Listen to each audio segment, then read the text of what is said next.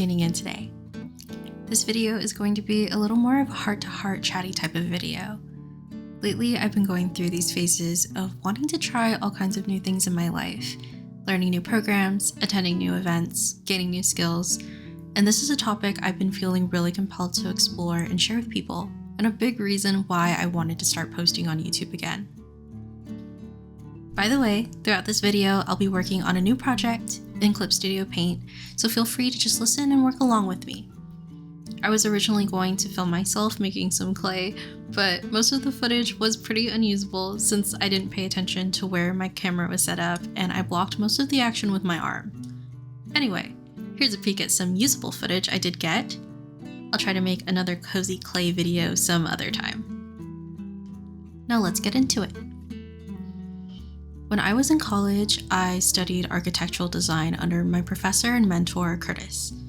He was an amazing person and he was so honest, daring, incredibly skilled, and when I dropped out of college to pursue art, he was so supportive.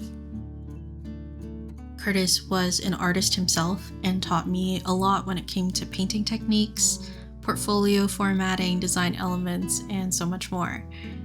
I also learned one very important thing in his class that I carry with me everywhere I go, and it's one of the reasons I don't fear failure or criticism as much as I used to.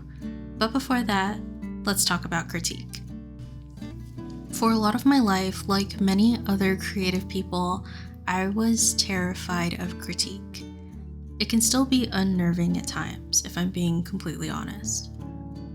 Art and creativity are a lot of the time extremely personal, and when someone critiques your work, it's hard not to take those words personally as well. Especially in this digital age, with social media being such a huge factor in promoting your business and content, it's hard not to come across unprompted, unconstructive criticism. I've definitely received my fair share of unwarranted advice from other artists and non-artists online. Unfortunately, it has become apparent that by presenting yourself online in any capacity, you are giving others an opening to critique you, whether you want it or not. And that brings me to Curtis's lesson. You do not need to carry out every critique given to you. In the end, the only critique that matters is the critique you decide to take. It's okay to thank a person for the critique and then set it aside and stand your ground. You are the creator. You ultimately have the power to pick and choose which advice to take. When that concept finally stuck with me, it was so freeing. It's a lesson I carry with me everywhere, and especially with social media where everyone speaks their mind even when uncalled for, it's really important to learn how to filter out the extra noise. I've come to terms with the fact that being an artist online means receiving critique I never asked for. It means ridicule, and sometimes it means hateful comments.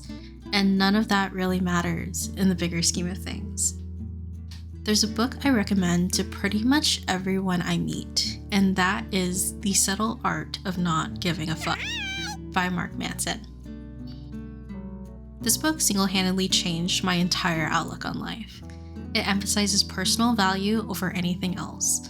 Manson pushes us to consider what's important in our lives, what's we're struggling for, and what our priorities are.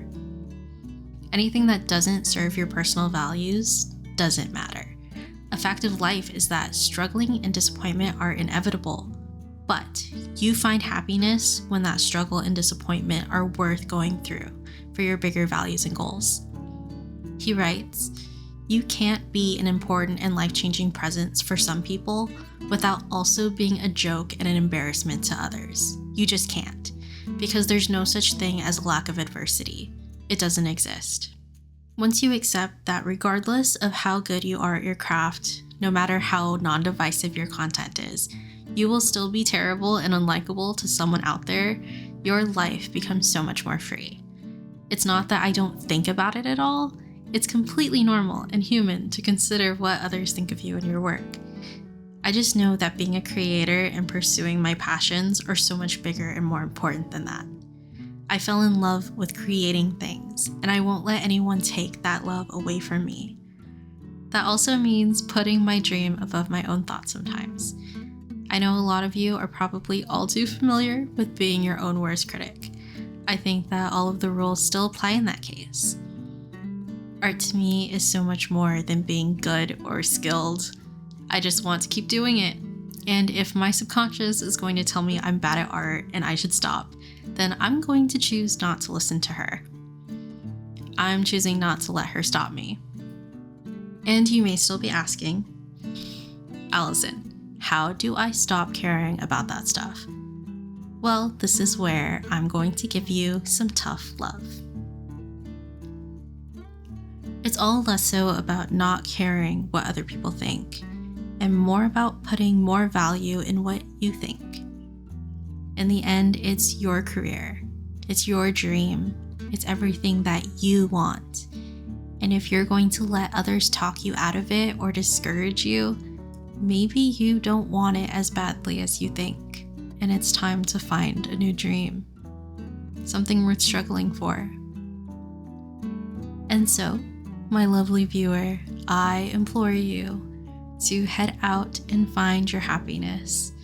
Try new things, be bad at things with all your heart.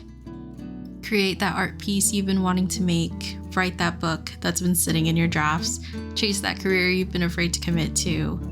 This is your push to start.